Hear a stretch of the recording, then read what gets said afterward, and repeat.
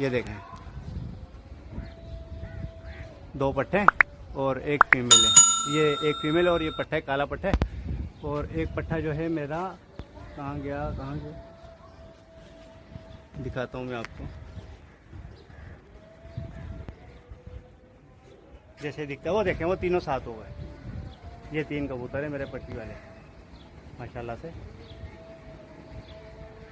सादे में उड़ाया है इनको मैंने, बस शौक कर रहे हैं, टाइम पास कर रहे हैं। बाकी मेरा ब्रीडर सेटअप, ये ब्रीडर सेटअप है, देख सकते हैं आप, ये वाला। और इसके साथ जो है उस साइड पे जो है, यहाँ पे गोले कबूतर हैं उड़ाने वाले, ये देख सकते हैं। दिखाऊंगा आपको, बाहर निकालूंगा, शौक करवाऊंगा। ये देख सकते हैं आप, बिल्कुल देखा, तीनों साथ चल रहे हैं माशाल्लाह से। तो आपको कैसा शौक लग रहा है कमेंट में ज़रूर बताइएगा, अपनी राय का इजहार कीजिएगा। तो थोड़ा हौसला अफजाई के लिए आप लाइक शेयर कमेंट भी कीजिएगा।